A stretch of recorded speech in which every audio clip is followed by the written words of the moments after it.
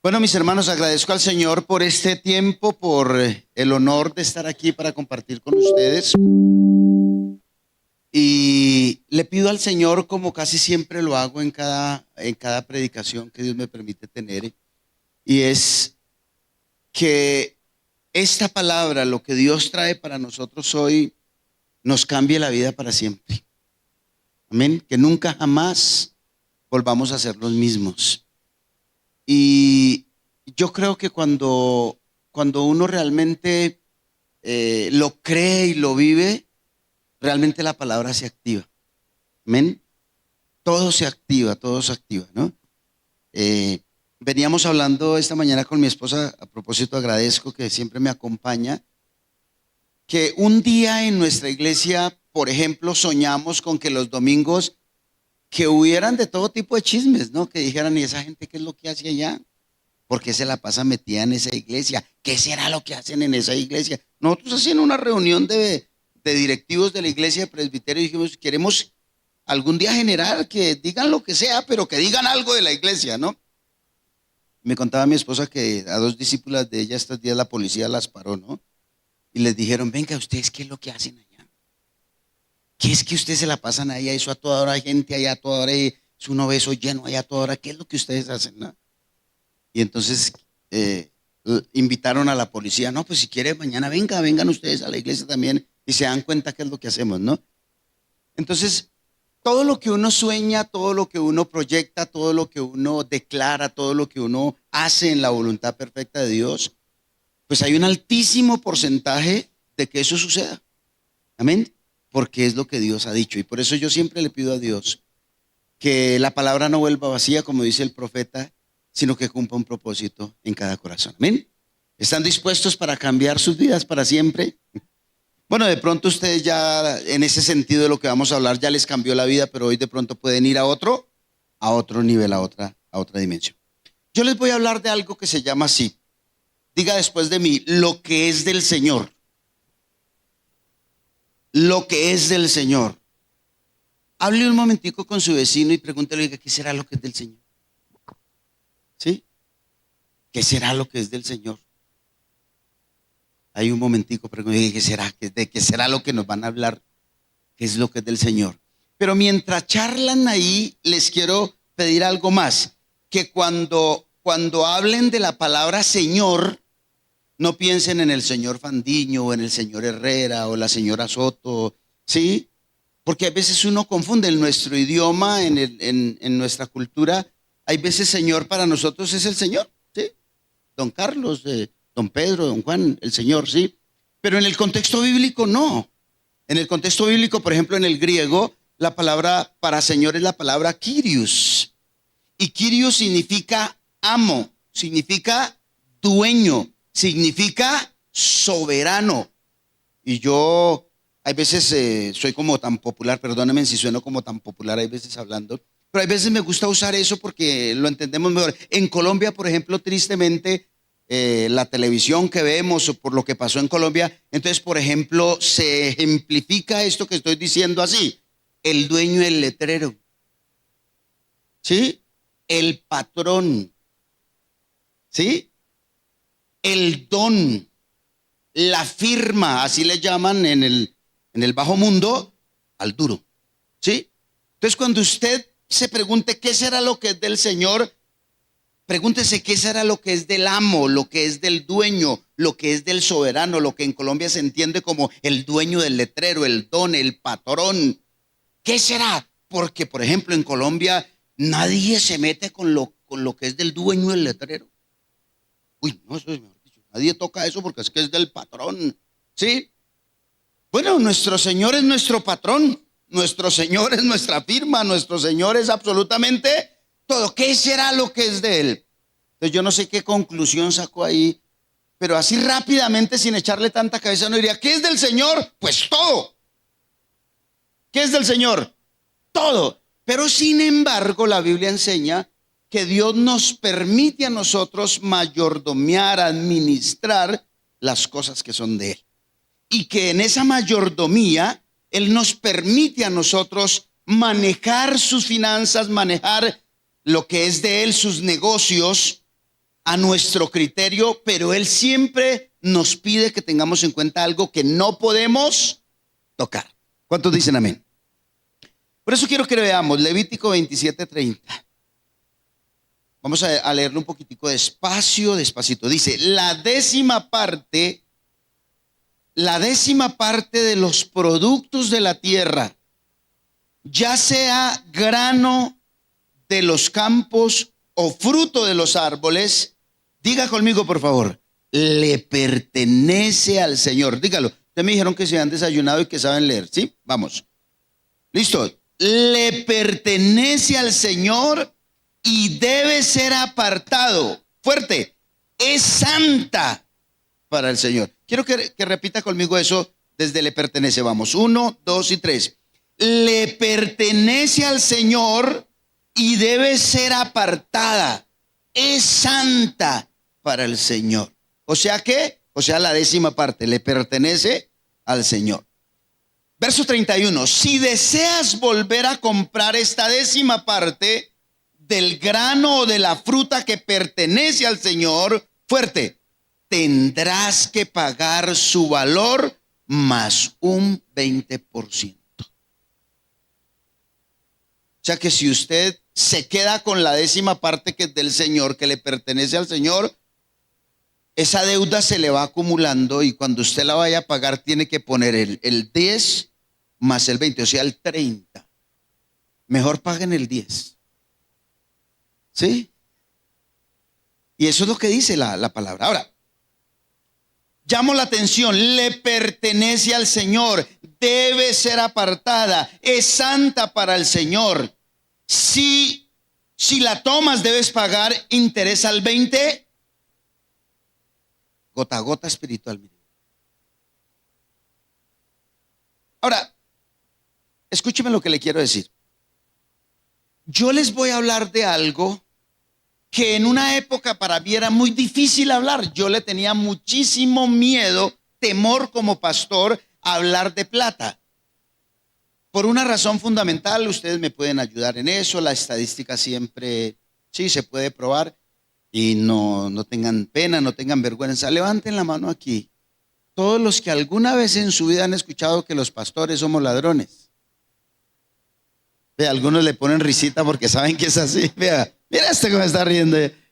Sí, es verdad, es lo que todo el mundo dice, que los pastores somos ladrones. Entonces yo me dejé meter eso en la cabeza, en el corazón. Y entonces yo no hablaba de plata en la iglesia. Decía, no, yo no hablo de plata en la iglesia porque no, es que sí, que soy ladrón y que somos ladrones. Si lo escuchan a uno hablando de plata, entonces pues peor. Y yo era un pastor de bajo perfil en eso. Yo nunca hablaba de finanzas en la iglesia. Pero pasó algo, ahora su pastor más adelantico al final les va a contar algo. Pasó algo y es que un día Dios me habló. Y un día Dios me dijo, la iglesia está arruinada por su culpa. Y yo pues me asusté porque quienes hemos caminado un poco con el Señor conocemos la voz de Dios. El pastor decía esta mañana, es difícil que una persona, por ejemplo, como nosotros acabé de cumplir 30 años en el ministerio, es difícil que Dios a uno le hable y que uno no sepa que es Dios. Conocemos la voz de Dios. Y Dios me dijo, la iglesia está arruinada por su culpa. Y yo me asusté y dije, pero Señor, ¿y acaso yo qué hice o qué pasó? ¿Qué sucedió? Y el Señor me dijo, porque no les enseñas mis principios. No les enseñas mis principios. Y si es verdad, la iglesia estaba arruinada. Pastor, mire, le cuento.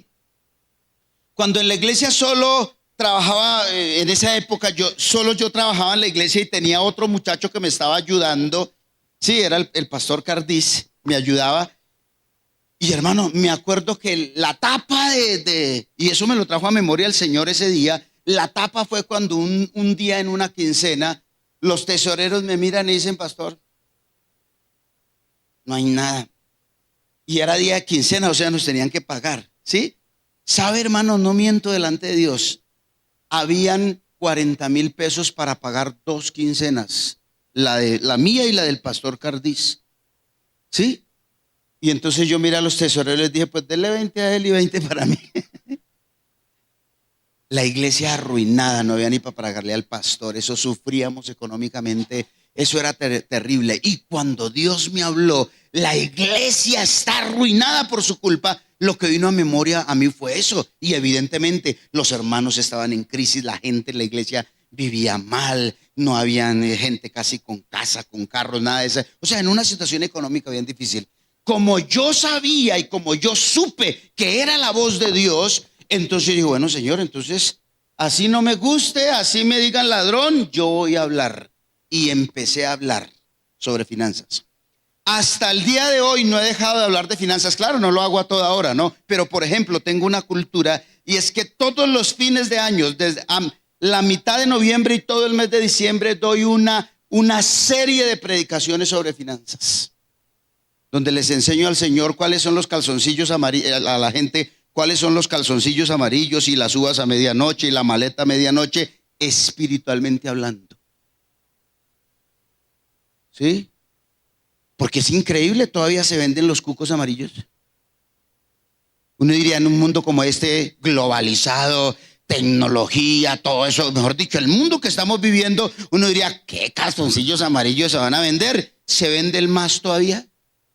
Vaya usted un 31 de diciembre a comprar unos calzoncillos amarillos, se consigue, ya no hay nada, todos se los han llevado. Porque la gente cree en eso, pero no cree en los principios espirituales financieros. Entonces una persona no cree, por ejemplo, en el diezmo que le pertenece al Señor, pero si va y le andan a 800, 1 millón, 2 millones, 3 millones de pesos a un brujo. Y ahí sí no dice nada. O no diezma, pero sí va y le deja a Bavaria, dice el colombo japonesito Kenji Yokoi, dice que cuáles las empresas que enriquecen, por ejemplo, a Bavaria todos los fines de semana. Nuestros sectores. Nuestra gente es la que más plata deja ese tipo de negocios porque ¿sí? Un amigo mío se subió a un taxi, y entonces le dijo, me hace el favor y me lleva a Fontibón, que él vive en Fontibón. Entonces el taxista lo mira y le dice, perdón señor, ¿le puedo decir algo? Sí, claro, ¿por dónde me voy? Porque si me voy aquí por la 13, ahí están los tontos que le llevan la plata a Eduardo Cañas. Y si me voy aquí por la, ¿cómo se llama? Se me fue ahorita más abajo, la última, la Cali. Si me voy por la avenida Cali, ahí están los tontos que le llevan la plata a Enrique Gómez. ¿Por dónde me voy? Entonces mi amigo le dio ese celo santo y se quedó callado y el Espíritu Santo le dio hacia algo y le dijo, Señor, ahora él le dice al taxista, le dice, Señor, ¿le puedo decir algo? Y él dice, sí, claro, dígame, yo soy uno de esos tontos que le lleva la plata al pastor. Pero es que antes yo me creía inteligente y me gastaba mi plata en mujeres, me gastaba la plata en licor. Iba ahí a la piscina, ahí al centro y me gasté por una botella de licor, pagaba 300, 400 mil pesos, pero yo me creía inteligente. Y no le dijo nada más. Hay veces la iglesia, porque yo espero que aquí no, pero hasta en las mejores iglesias pasa. Hay todavía hermanos en la iglesia que son agoreros y creen en cosas del mundo de afuera, sí, pero no creen los principios de Dios. Amén. Entonces por eso yo aprendí, y hermanos, desde que yo empecé a enseñarle a la iglesia principios financieros, se acabaron los problemas económicos en la iglesia, hermanos. Nuestra iglesia y las iglesias que yo he pastoreado son iglesias prósperas. La gente, amados hermanos, entra a la iglesia económicamente en una condición y al poco tiempo Dios empieza a prosperarla. Tengo estadísticas. Un día Dios me dijo, y aquí está mi esposa que no miento, Dios me dijo, dígale a la iglesia con estadísticas. Y entonces nos pusimos a contar cuántos carros teníamos, cuántas casas propias, cuántas empresas. Hoy por hoy estamos contando, no tengo la estadística exacta porque yo no soy el que la manejo, pero tenemos más de 50 empresas, tenemos más de 100 carros, tenemos más motos, yo no sé cuántas. Todas las semanas oro por carros, por negocios, porque Dios prospera. Y nuestra iglesia, no importa el sector en el que está, es una iglesia que hasta yo me sorprendo, es altísimamente próspera. Perdón si suena un poquitico aquí como creído, pero no hay ninguna iglesia en nuestro sector que tenga las finanzas que nosotros tenemos. ¿Cuál es la diferencia? Que tienen un pastor que habla de finanzas, que tienen un pastor que aprendió a bendecir a la gente con los principios del Señor, porque el Señor tiene todas las respuestas.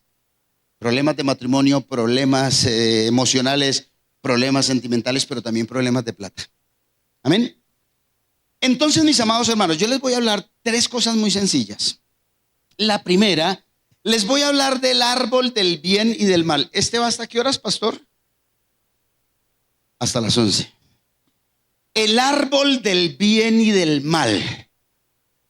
Porque es que ahora hay una moda, imagínense que ahora hay una moda en las iglesias y el cuento es este, y hasta lo dicen con términos espirituales y hasta muy bíblicos. Es que en este tiempo ya no se diezma. Eso era en los tiempos de la ley. Ahora en el tiempo de la gracia ya no. ¿Sí?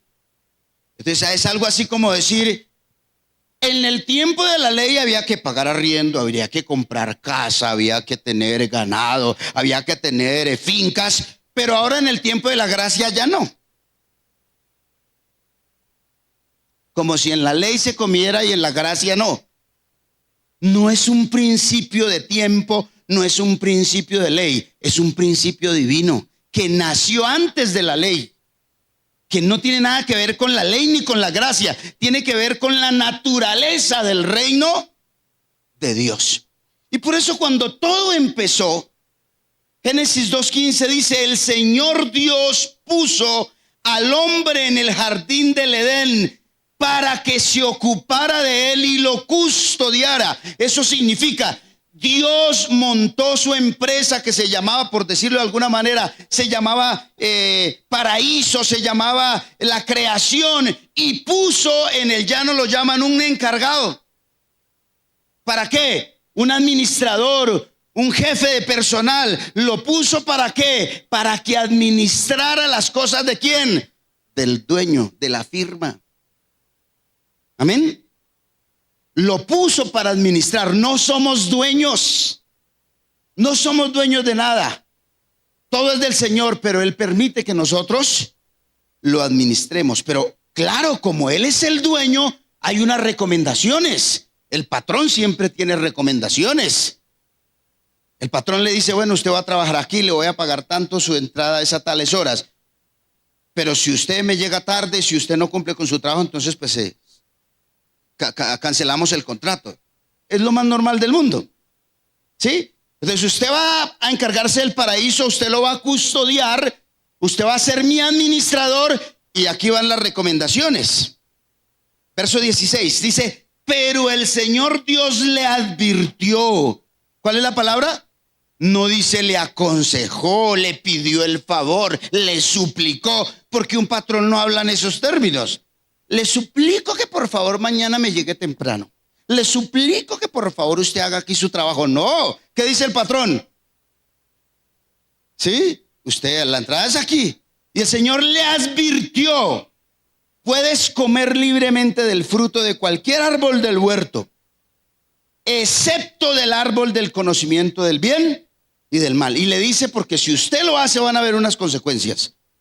Lo voy a echar, o le voy a bajar el sueldo, o lo voy a suspender, lo va a pasar un memorando. Si comes de su fruto, sin duda morirás.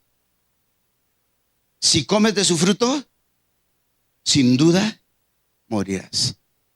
En ese proceso, cuando Dios me dijo que la iglesia estaba arruinada por mi culpa, Dios nos permitió conocer a un pastor judío que se llama Carlos Rabat.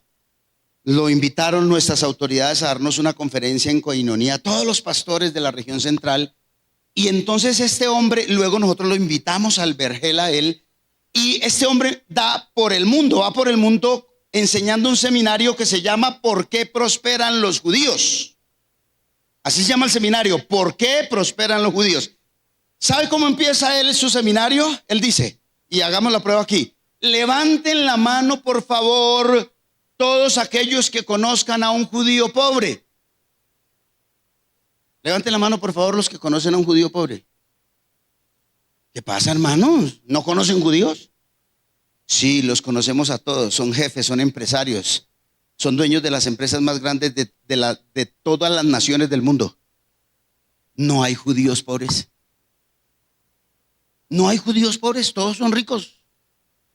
Y entonces él dice en su seminario, él dice, ¿por qué no existen judíos pobres?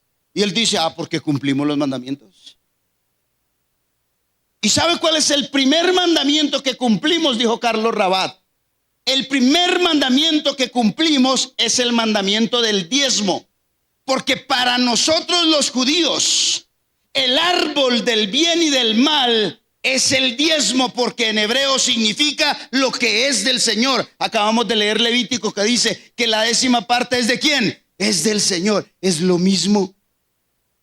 Entonces nosotros cumplimos el principio del diezmo y por eso somos prosperados. Mire, hermano, los judíos son de otro nivel. Esa gente no diezma solo por lo que recibe, ellos diezman por lo que esperan recibir. Ellos dicen, voy a montar esta empresa, en esta empresa me voy a ganar 100 millones de pesos y de una vez saca los 10 millones del diezmo. Apenas sin empezar nada, ya están diezmando por lo que se esperan ganar. Creo que su pastor les ha enseñado, ellos diezman de lo que les regalan. Que le regalo, pastor, esa camisa. ¿Cuánto le valió? No, eso no sé. ¿Qué decimos nosotros? No, eso no se dice. Y el judío dice, no, si no me dice, entonces no lo puedo recibir. ¿Por qué? Porque es que yo tengo que diezmar de esa camisa. Entonces me acuerdo tanto que en esa, yo no sé si el pastor se acuerda, en esa conferencia de pastores, un pastor, porque también hay pastores tacaños. También hay pastores que tienen problemas con ese cuento del diezmo, como yo tenía mi problema porque me decían ladrón. ¿Sí? Entonces un pastor de eso levantó la mano y dijo, Pastor Carlos, o sea que ¿usted qué le dice a una persona de su iglesia que no diezma? Y entonces dijo Carlos Rabat, no, yo solo le digo que acepte al Señor en su corazón. Porque simplemente no conoce a Dios. Pastor, pero ¿cómo hace? No conoce a Dios. Les voy a poner un ejemplo. Yo procuro dar ejemplos. ¿Cuántos creen que robar está mal? Es un pecado y es un delito. ¿Cuántos dicen amén? Pero ¿qué es más grave? ¿Robarle a cualquiera, al señor de la esquina que usted no conoce, o robarle a su mamá? ¿Qué es más grave? No, los dos son robo y son delito. Pero social y prácticamente, ¿qué es más grave? ¿Robarle a un desconocido? ¿Qué es más grave? ¿Apretar a una persona en el bus y quitarle el celular? ¿O apretar a su mamá y robarse, o sin que ella se dé cuenta, robarle la platica que tiene por ahí escondida? ¿Sí ve que aunque es lo mismo, no es lo mismo? ¿Sí? Pero ¿qué es más grave? ¿Robarle al señor de la esquina, robarle a la mamá o robarle a Dios? ¿Sí ve que ya la cosa como que va cogiendo? ¿Sí? Entonces hay veces la gente con el tema del diezmo dicen cosas como estas. Es como si usted invitara a su mamá a un almuerzo, ¿no? Invita, almuerzo familiar, no sé usted qué come, sancocho familiar, asado de carne familiar, lo que sea. Y usted invita a todos y pone una mesa así grandota para toda la familia. Y entonces, ¿sí? Le sirve al sobrino, al primo, al amigo, al colado, le sirve a todos. Y cuando llega donde su mamá, ya se acabó la carne. Y entonces usted mira a su mamá y le dice, ay, viejita, no alcanzó. Pero usted conoce mi corazón. ¿Cómo ve esa escena? Terrible, ¿cierto? Yo perdón si soy grosero, pero ese quién es, un desgraciado. Porque a quién hay que darle primero, ¿cierto? Pero ¿por qué no le parece a usted grave ni desgraciado cuando a usted le llega su quincena y usted paga el recibo del agua, paga el arriendo, compra esto, se compra lo que usted quiere, y luego mira para el cielo y dice, Señor, mire, yo pensaba diezmar, pero sí vea que es que no alcanzó, pero tú conoces mi corazón? Y Dios nos mira y dice, sí, ya sé que eres un ladrón. Ya te conozco, tenía una platica por ahí para darte, pero ya no, porque ya no me generas confianza. Eres un peligro para mis finanzas. Se las voy a dar a un hermanito de la iglesia que conozco. Perdón por insistir con esto. Yo soy pastor hace 30 años y lo digo simplemente para la gloria de Dios, pero para probar esta estadística. La gente que mejor vive económicamente en las iglesias son los fieles en sus finanzas al Señor. Eso es como decir verde por fuera, amarillo por dentro y una pepa de aguacate en el centro. ¿Qué es? La gente que mejor vive financieramente en las iglesias son los fieles en sus finanzas con el Señor. Y la gente que peor vive económicamente en las iglesias es la gente que financieramente nunca han sido fieles a Dios. Verde por fuera, amarillo por dentro y una pepa de aguacate en el centro. Eso no miente. Llevo 30 años viendo esa estadística. Y los que somos pastores, aquí está el pastor Oscar, aquí está el pastor Mire, los que somos pastores sabemos eso, porque lo vivimos todo el tiempo. Amén. Amén. Lo que es del Señor. Entonces Carlos Rabat dice, para nosotros los judíos el árbol del bien y del mal es el diezmo. Coma lo que usted quiera de todos estos árboles, haga con su quincena lo que quiera, tenga cuidado, administre bien, pero eso es mío, pero yo, haga usted con lo que quiera, pero si eso, ese árbol que está, mire, ese es el diezmo, no me lo toca, es mío. ¿Cuántos dicen amén? ¿Cuántos están bravos?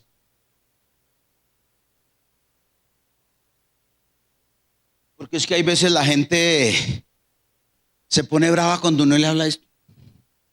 Yo miro caras así que algunos están como serios conmigo.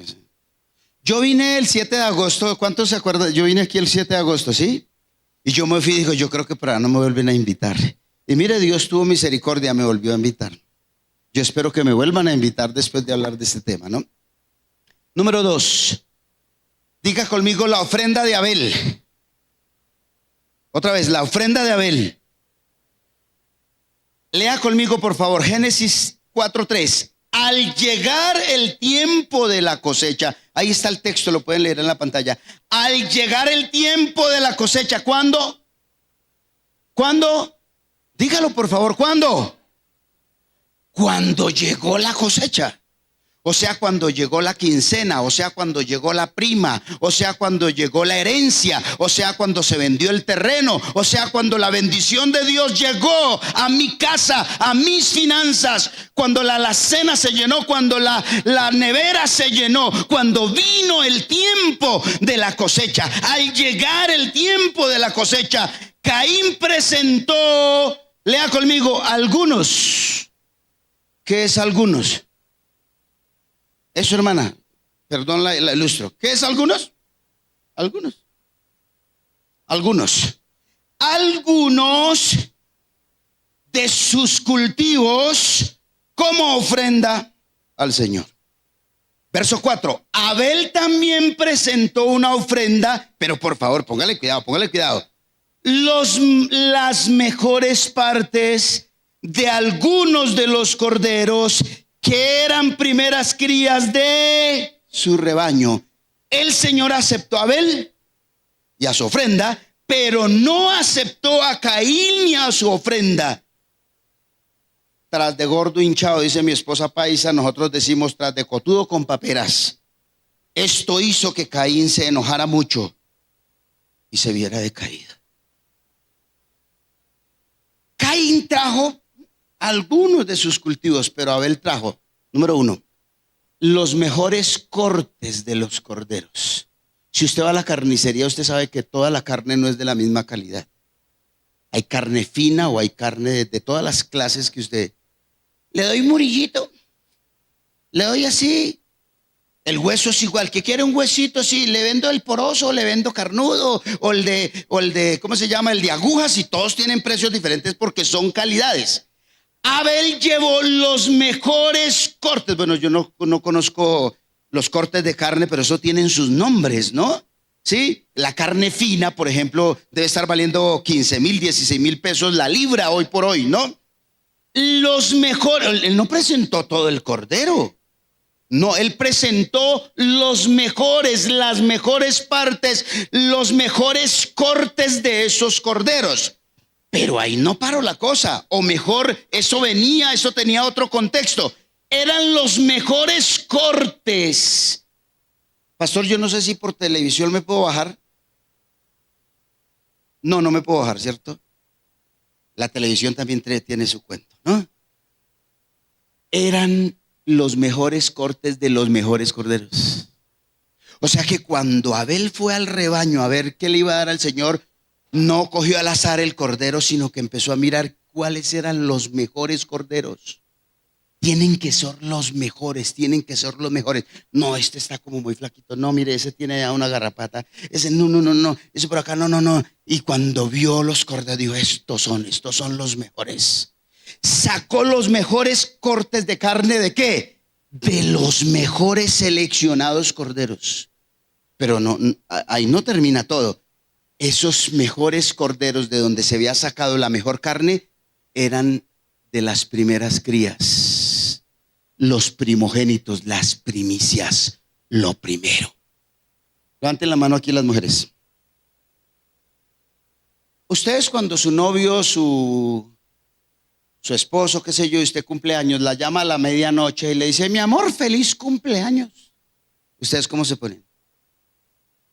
Así a las 12 de la noche feliz. Esto es, perdón hermana, pero eso no es cierto. Yo conozco a las mujeres. Yo creo, y a ver cuántos dicen amén. Yo creo que una esposa a esa hora diría, ¿y estas son las horas? ¿Se acordó que tenía mujer? ¿Quién sabe en qué andaba metido y a esta hora? Porque no es lo mismo que a usted le digan feliz cumpleaños, sobre todo si es mujer, que le digan feliz cumpleaños a las 12 de la noche, cuando pasó todo el día sin que le dijeran. ¿Cuál es la llamada que más valoramos el día de nuestros cumpleaños? La primera. Hay veces cuando yo cumplo años y a las 4 de la mañana llega el primer mensaje, y 4 de la mañana ya están pensando en mí. ¡Qué bendición! ¿Sí me entiende? Bueno, ¿ya ven por qué?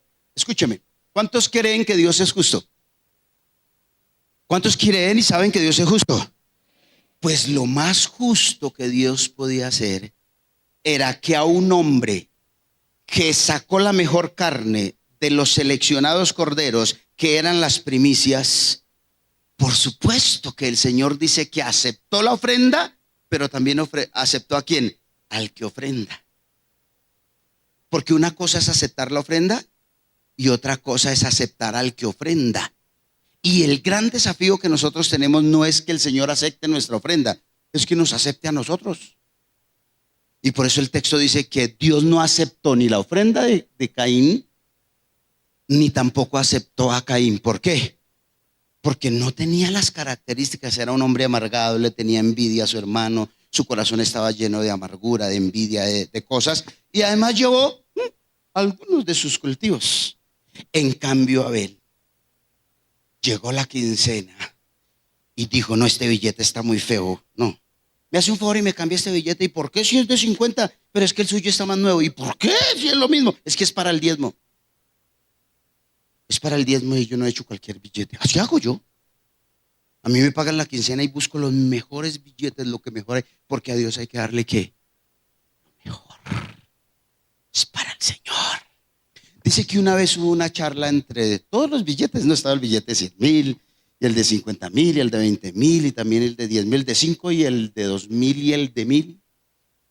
Y entonces empezó hablando el de 1,000, el de 100,000, el billete verde. ¿Y usted dónde la pasa? No, yo me la paso por allá, en los cruceros, yo me la paso por allá en los hoteles 5 estrellas. Y el de 50, y usted, no, yo me la paso por allá en el comercio de Bogotá, en el comercio de Medellín, y así todos hablaron y de pronto llegaron al billete de 2,000 y al de 1,000. ¿Y usted qué dónde se la pasaba? No, nosotros nos la pasamos en las iglesias cristianas.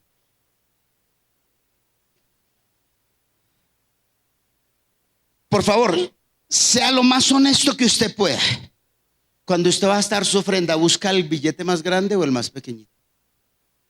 Mire, la gente se pone brava cuando los pastores decimos que es miserable dar en la iglesia monedas. Porque usted, ¿a quién le da monedas? Al mendigo de la calle. Por ahí la persona, los que manejamos llevamos moneditas ahí para que el que viene allá no nos moleste y le demos una. ¿Sí? Y hay gente que le trae monedas al Señor. Y no de 1,000. Pregúntenle a los tesoreros cuántas monedas de 50 hay en la ofrenda. Y uno se pregunta, una persona que le da una moneda de 50 al Señor, ¿qué hay en su corazón? ¿Qué hay en su corazón para darle al Señor? Yo prediqué eso un día en la iglesia y afuera me estaba esperando un hermano que era uno de los músicos. Y me dijo, pastor, yo a usted lo respeto, pastor, realmente, yo a usted incluso lo amo. Usted es un siervo de Dios, pero hoy usted sí la embarró. Hoy sí, pastor, permíteme, pero hoy sí estoy enojado con usted. Yo le digo, ¿y por qué, hermano? ¿Cómo usted se atreve a decir que no hay que dar monedas en la iglesia, pastor?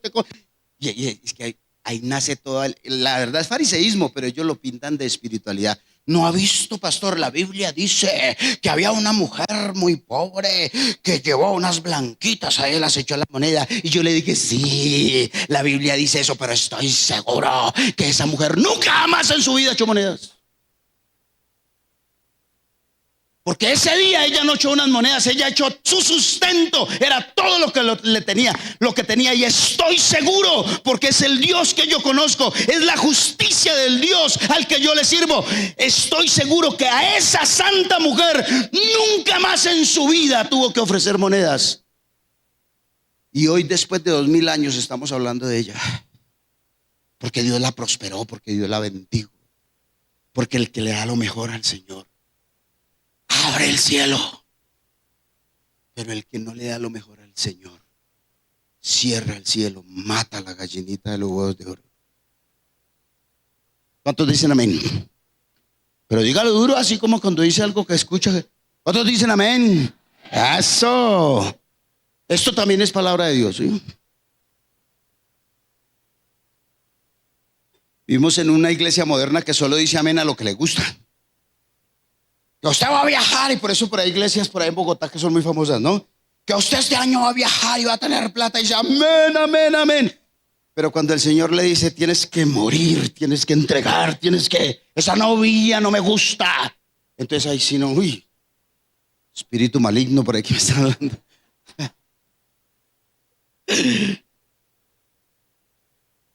Número 3. Escúcheme, el ejemplo de los patriarcas. El ejemplo de los patriarcas.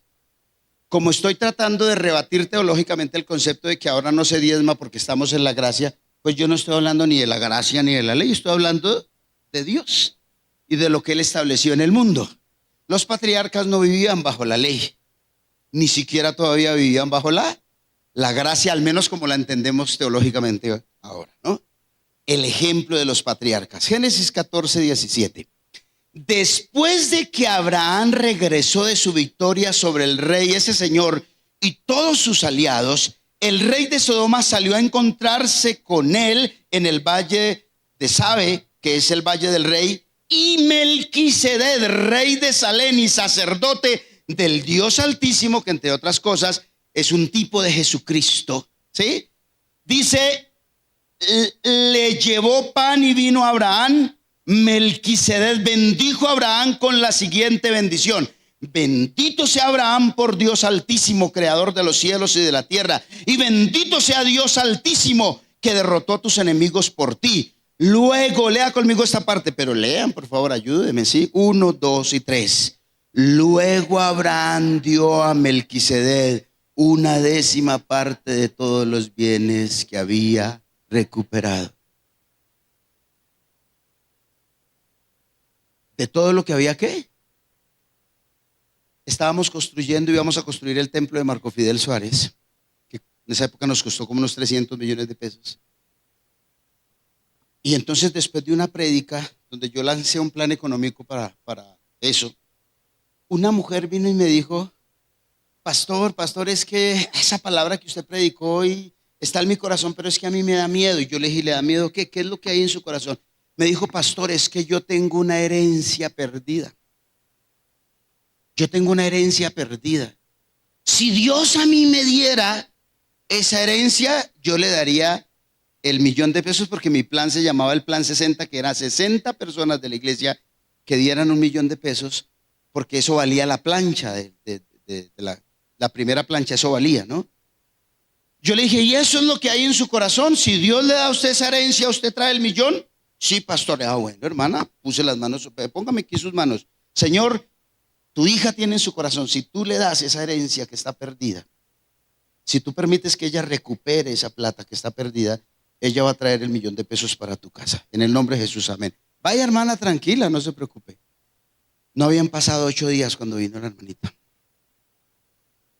Mire, en mi casa, cuando yo digo delante de Dios, es delante de Dios. Yo soy muy payaso, yo hago muchas picardías. Y mi familia me tumba cuando me dice, delante de Dios, papi. Ahí me matan porque delante de Dios, imagínate quién va a jugar con eso. O al menos yo no.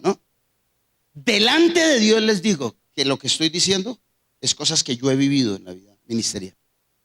No habían pasado 8 días cuando la hermana vino, me trajo el $1.000.000 llorando y me dijo, pastor, yo no sé qué pasó, yo no sé qué sucedió, pero me llamaron y me dijeron que estaba lo de la herencia. En esa época me dijo, pastor, yo le cuento, pero no le diga a la iglesia. Como ya, señora, yo no sé ni dónde anda, pues yo les cuento. En esa época le dieron $28.000.000, que estaban perdidos, ¿no? La señora con esa platica hizo un negocito por ahí. Ella, la hermanita se planteó con esa platica y juicioso trajo su millón. ¿Qué está diciendo Abraham? Que él le daba a Dios el diezmo de todo lo que, ¿qué? Lo que había perdido. O sea que Abraham está diezmando pro bendición. O sea, él dio sus diezmos porque Dios lo había bendecido. Él había ido a recuperar a su sobrino, había recuperado todo lo que le habían robado, todo lo que se le habían llevado. Y ahora de todo el botín que había recibido, él le dijo, te doy el diezmo. Pero fue que Melquisedec, que es tipo de Cristo, que es tipo de la iglesia, le dijo, y ahora como ya oré por usted y lo bendije, entonces ahora venga para acá el diezmo. No, el texto dice que voluntariamente Abraham le dio a Melquisedec el diezmo sin ningún tipo de presión, sin ninguna ley, simplemente de su corazón. ¿Cuántos dicen amén? Ahora su sobrino, Isaac, el hijo, vivió también lo mismo, pero el nieto, perdón. Eso dije, ¿qué dije? Sí, es que a veces uno aquí se aloca. Se emociona uno mucho. Génesis 28:20 dice, luego Jacob hizo el siguiente voto. Si Dios en verdad está conmigo y me protege en este viaje, y si Él me provee de comida y de ropa, y si yo regreso sano y salvo a la casa de mi padre, entonces el Señor ciertamente será mi Dios. Y esta piedra que levanté como columna conmemorativa será un lugar de adoración a Dios, y yo le daré a Dios, lea conmigo, 1/10 parte de todo lo que Él me dé. Es el antónimo. Abraham da porque hay. Jacob da porque, o promete dar porque ¿qué? Porque no hay. Amén. Porque como la gente también dice, pastor, es que yo estoy es para que me den, yo estoy es para que me den, no para dar. Así dice la gente. Sí. Bueno, si usted no tiene nada, hable con el Señor. Hable con el Señor. Jacob no conocía a Dios, porque imagínese, la oración de Jacob, si usted la ve por otro lado, es una oración bastante groserísima. ¿Sí? Si tú me das para el arriendo, si tú me das para la universidad, si tú permites que yo vaya a Hawái donde quiero ir, si tú me das el carro que yo quiero, entonces tú serás mi Dios. Atrevido el hombre, ¿no? Ahora, ¿era cristiano o el equivalente? Claro, creció, era hijo el nieto del patriarca. Era nieto del patriarca, pero no conocía a Dios y hacía alusión a su nombre, engañador. Jacob significa engañador. Pero en Peniel, cuando estaba exiliado por su hermano lo iba a matar por la historia que ustedes conocen, y si no después la leen en la Biblia, él tiene que salir corriendo porque su hermano lo va a matar. Se acuesta por allá en un lugar donde puso una piedra de cabecera, pero esa noche Jacob se encontró con Dios. Esa noche él tuvo una revelación donde él se encontró con Dios. Y cuando él se despertó, dijo, ay, Dios mío, Dios está aquí y yo no me había dado cuenta. Tú estás aquí, Señor. Y pone esa piedra y la pone como ellos solían hacerlo, y levanta la oración y dice, Señor, si tú me das pan para comer, vestido para vestir, me libra de los enemigos, y cuando vuelva a casa, mi hermano no me mate, entonces tú serás mi Dios, y de todo lo que me des, el diezmo apartaré para ti. Lea la historia en la Biblia. 20 años después, ¿qué pasó? Jacob vuelve a su casa lleno de la replata. Nomás vean el regalito que le trajo al hermano. ¡Ah! Es un poconón de ganado, y era apenas el regalo. Sí. Fue duro allá donde el tío Maravilla, el tío Labán. Ese tío Labán era un sinvergüenza. Jacob mismo dice que 10 veces le cambió el salario.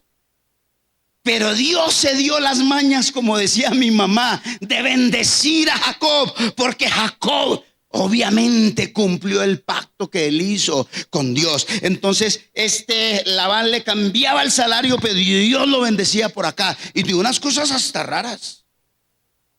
Y yo, Señor, esto está como raro aquí. Porque una vez que le cambió el salario, le dijo, ahora las pintaditas son suyas.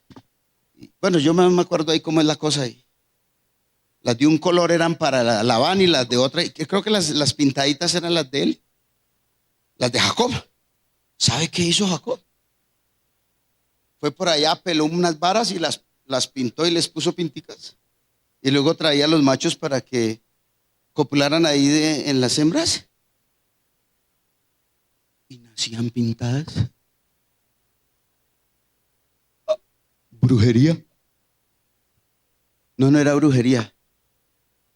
Era la bendición de Dios. Porque Dios bendice de la manera que sea a los que son fieles. ¿Cuántos dicen amén? Voy cerrando con esto. Cuando Dios nos permitió soñar con el templo de Marco Fidel Suárez, pues yo no había nada. Nada. En esa época no había nada. Pero Dios ya me había venido hablando del tema de que la iglesia está arruinada por su culpa, Carlos Rabat, todo eso. Pero de pronto yo lloraba, yo me acordé y les doy, ríasen todo lo que quieran. Tienen permiso, se pueden reír. Lloraba y yo decía, Señor, Señor, Padre, tu casa, tu templo, Señor. Padre, que yo vaya estos días por el centro. Y créanme que yo oraba muy seguido así. Señor, que yo mañana vaya por el centro y de pronto, Señor, una camioneta de esas último modelo, esa Toyota, esas grandes, abra la puerta y diga, ¿usted es Carlos Fandiño? Sí, Señor, el Señor me mandó a darle esto. Lloraba así. Vino una gringuita por allá de Europa y eso vino y eso vio el proyecto de la iglesia, le tomó fotos, la caminamos para Porto del Barrio. Estamos hablando ahí de Rafael Uribe, Marco Fidel Suárez, ¿no? Hasta hice llorar la gringuita, porque la llevé por allá a un sector así, el más popular, y ella me dijo, pastor, ¿y estas familias con cuánto viven al mes? Yo le dije, la verdad, mi hermana, 30 familias de estas viven al mes con lo que usted paga una noche allá en el Continental donde usted está durmiendo. Ahí en el hotel, sí, el del Tequendama es, en el Tequendama. Allá se estaba quedando la gringuita.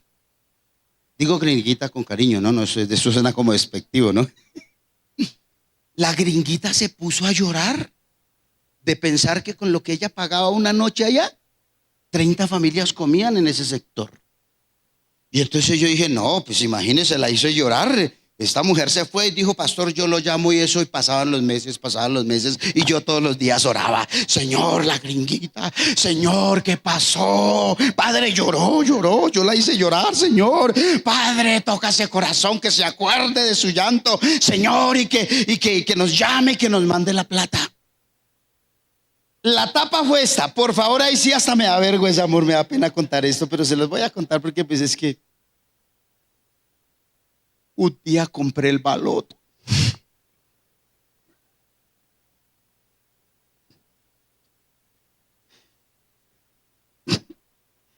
Le dije, Señor, pues Padre, si me compro el baloto y yo me lo gano, pues para construir tu casa, Señor. Sí, que cuando uno está en desorden uno se vuelve todo espiritual. Eso es pura religiosidad y fariseísmo, pero uno se vuelve que es espiritual. Señor, yo me gano el baloto para construir tu casa. Un domingo, hermanos, el Señor me puso en su sitio. Llegó un hermanito temprano a la iglesia, corriendo. Yo creí que se le había muerto a alguien, estaba afanado y me dijo: pastor, pastor, pastor, Dios me habló anoche, Dios me habló anoche. Yo le dije: sí. Yo dije: la gringa, la gringa. Créame que lo primero que hubo en la mente fue la gringa, sí, el traqueto ese que me iba a traer la plata, qué sé yo, o el empresario, sí. Y me dice: ¿y qué le dijo el Señor? ¿Qué le dijo? Yo la cara, ¿no? ¿Y qué le dijo el Señor? Pastor, pastor, el Señor me dijo que le dijera que no va a venir ni un peso de afuera. Y él vio la cara. Yo me puse de una vez, hermano, imagínese. Adiós gringa, adiós baloto, adiós. Y me dijo: pero pastor, tranquilo, tranquilo, no se preocupe. Dios me dijo algo más. ¿Qué le dijo el Señor, hermano? Dios me dijo que Él no va a traer ni un peso de afuera, porque Él no quiere bendecir a los de afuera. Él quiere bendecir a los de la casa.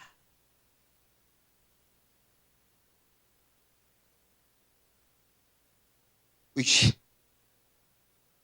Es que una cosa es contarlo y otra cosa es vivirlo.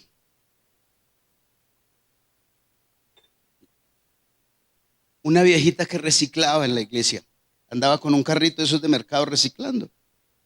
Vino un día, me dijo: pastor, yo le traigo el $1,000,000. Y yo la verdad casi no se lo recibo. O sea, yo dije: no, hermano, yo que le voy a recibir a usted ese $1,000,000. Y es que yo sabía ya cómo vivía. Pero el Señor, yo quiero bendecir a los de la casa. Otra señora trajo el $1,000,000 a la iglesia. El esposo era inconverso y se enteró de que ella trajo el $1,000,000. Se le armó el problema en la casa. Que le lavaron el cerebro, es que usted es boba, eso, todo lo que se dice. Y ella brava le dijo: ay, pues entonces yo le pago a usted esa plata. Pues no era de él, no, pero era plata de ella. Pero pues yo se la pago a usted. Pero ya se fue al otro día a la empresa y le dijo al patrón, le dijo: patrón, ¿usted no me podría hacer un favor? ¿Usted no me podría prestar $1,000,000 que necesito? Y ya, el hombre no le puso más cuidado. Así como a los 3 días el hombre la llamó y le dijo: venga, ¿usted no me ha dicho que necesitaba $1,000,000? Le dije: sí, sí, patrón. Dijo, le entregó un cheque así doblado. Y ella le dijo: ay, patrón, muchas gracias. Ella lo guardó y cuando ella iba, se desplazó. Él le dijo: pero venga, pero mire el cheque, mírelo. Y ella lo abrió y era un cheque por $3,000,000. Y el hombre le dijo: pero una cosa, no me los tiene que pagar, son un regalo. 7, espere, ahorita aplaude por todos. 7 meses después, ella compró la casa donde ella pagaba arriendo, que era el sueño de su vida. 7 meses después. Estoy contando una historia de hace ya 15 años en Marco Fidel Suárez, pero les puedo contar la historia de 9 años en Verdad en Acción.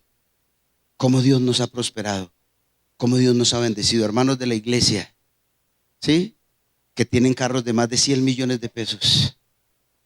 Y mi esposa dice con mucha alegría, dice: ¿sabe qué es lo que más me gusta de esta iglesia? Dice mi esposa, que en esta iglesia el mejor carro no es del pastor, porque Dios ha prosperado nuestra gente. Dios ha prosperado nuestra iglesia. Nos dicen que somos traquetos. Un hombre se subió a una alimentadora, iba al tesorero de la iglesia y él le dijo: ¿usted es de esa iglesia, cierto? Y le dijo: sí. ¿Por qué? Dice: es la única iglesia que yo conozco. Claro que es que no conocen la de ustedes, ¿no? Ah, claro, ¿no? Es la única iglesia que yo puedo dar fe que no se roban la plata. Porque esa iglesia yo la conozco como era. Y esa iglesia cada vez es más linda, cada vez es más bonita. Esa iglesia está mejor. ¿Sí? Somos un testimonio público, hermanos, de lo que Dios hace con gente que no tenía nada. Estos días terminé para graduarme en la Unisimes un trabajo del diplomado. Y escribiendo sobre la teología de la liberación, escribí la otra cara de la teología de la liberación. y contaba detalladamente cómo Dios ha cogido gente que no tenía absolutamente nada, pero que ahora Dios los ha prosperado. Y en mi historia escribí: yo predico así y he visto esto, porque es que un día yo también caminé por las calles de Bogotá, en los restaurantes, pidiendo que me regalaran un poquito de comida. Yo recogía basura en la plaza de Palo Quemado, un tomate, un plátano, un pedacito de yuca para llevar a alimentar a mi casa, porque teníamos hambre. Pero yo he visto el poder de Dios y el poder del evangelio, y he visto los principios de Dios en un ser humano, cómo prospera, cómo Dios levanta. Amén. Perdón, pastor, por lo que voy a decir. Perdóneme. Hablábamos con el pastor hace un ratico. La gran mayoría de ustedes conocen quién era Miller Herrera. ¿Qué hacía en este barrio? ¿En qué condición vivía? Pero Dios es un Dios que toma a un ser humano que le cree a Él, que vive bajo sus principios, y lo levanta y lo bendice. Y pastor, usted no está equivocado cuando me decían esta mañana: la plata a mí me busca, la plata a mí me persigue. Y es verdad, la plata nos persigue. Es increíble cómo Dios prospera nuestra. Mi hija tenía su boquita con los dientes escarralados, no tenía dinero, estaba pasando por un momento muy difícil de mi vida, en todo sentido. Y un domingo almorzando me dice: papi, yo necesito la ortodoncia. Y yo le digo: y usted no me pone cuidado. Y estaba hasta brava. Y a mí me dio mal. Y le dije: ay, pues ya, usted sabe que yo no tengo plata. Pídale al Señor, Él es nuestro Dios, Él es nuestro proveedor. No me diga a mí, usted sabe que yo no tengo, pero tengo un Dios al que le servimos. Y ya me sacaron el mal genio. Domingo siguiente yo tengo que predicar en la iglesia, y cuando yo termino me bajo. Hace unos días estuve en el reencuentro a esa doctora, y públicamente delante de ella conté este testimonio también. Me bajo de la iglesia, del púlpito, y hay una doctora ortodoncista que está ahí. Me dice: pastor, es que yo necesito decirle a usted algo. Pastor, es que yo sentí esta semana en mi corazón encargarme de todo el arreglo de ortodoncia de su hija. Yo le dije: sí, pastor. Y no, espere, hermana. Daniela, venga. Es que la hermana necesita decirnos algo. Sí, pastor, es que yo sentí esta semana de Dios encargarme de toda la ortodoncia de su hija. Y luego miré a mi hija con carácter y le dije: ese es el Dios al que le servimos. Aprende a depender de Dios. Hoy es una chica profesional, se está especializando, es una mujer económicamente súper organizada, va a cumplir apenas 26 añitos. Pero me uno a lo que el pastor decía en el culto anterior, y me imagino que va a decir ahorita también. Hemos aprendido a honrar a Dios con nuestras finanzas. Pida a cualquiera de nuestros tesoreros un informe económico de nuestras finanzas, para que usted vea si sus pastores diezman, si sus pastores ofrendan, si sus pastores son generosos con el reino de Dios. Amor, perdóname por lo que voy a decir, aunque creo que ya lo dije. Hace unos días mi esposa hizo un congreso de mujeres, las metas no se cumplieron, necesitábamos 200 y apenas vinieron 150, y económicamente no se pudo cubrir el evento, porque hacemos cosas con mucha excelencia. Mi esposa de su bolsillo sacó 3 millones de pesos para pagar el evento. No le dijo a la iglesia, no me dijo a mí, no le dijo a los tesoreros: hay que reponer esta plata. Ella de su bolsillo. Así somos, hermanos. Cuando la iglesia no tiene, y si nosotros tenemos, nosotros sembramos en el reino de Dios, porque hemos aprendido que enseñamos lo que vivimos. No enseñamos por ahí tonterías, enseñamos lo que vivimos. Yo le pido que se coloque en pie, por favor. Hola, te invitamos a que te suscribas en el botón rojo. Así es, aquí abajo. Dale me gusta, activa la campanita de notificaciones y entérate de todo nuestro contenido.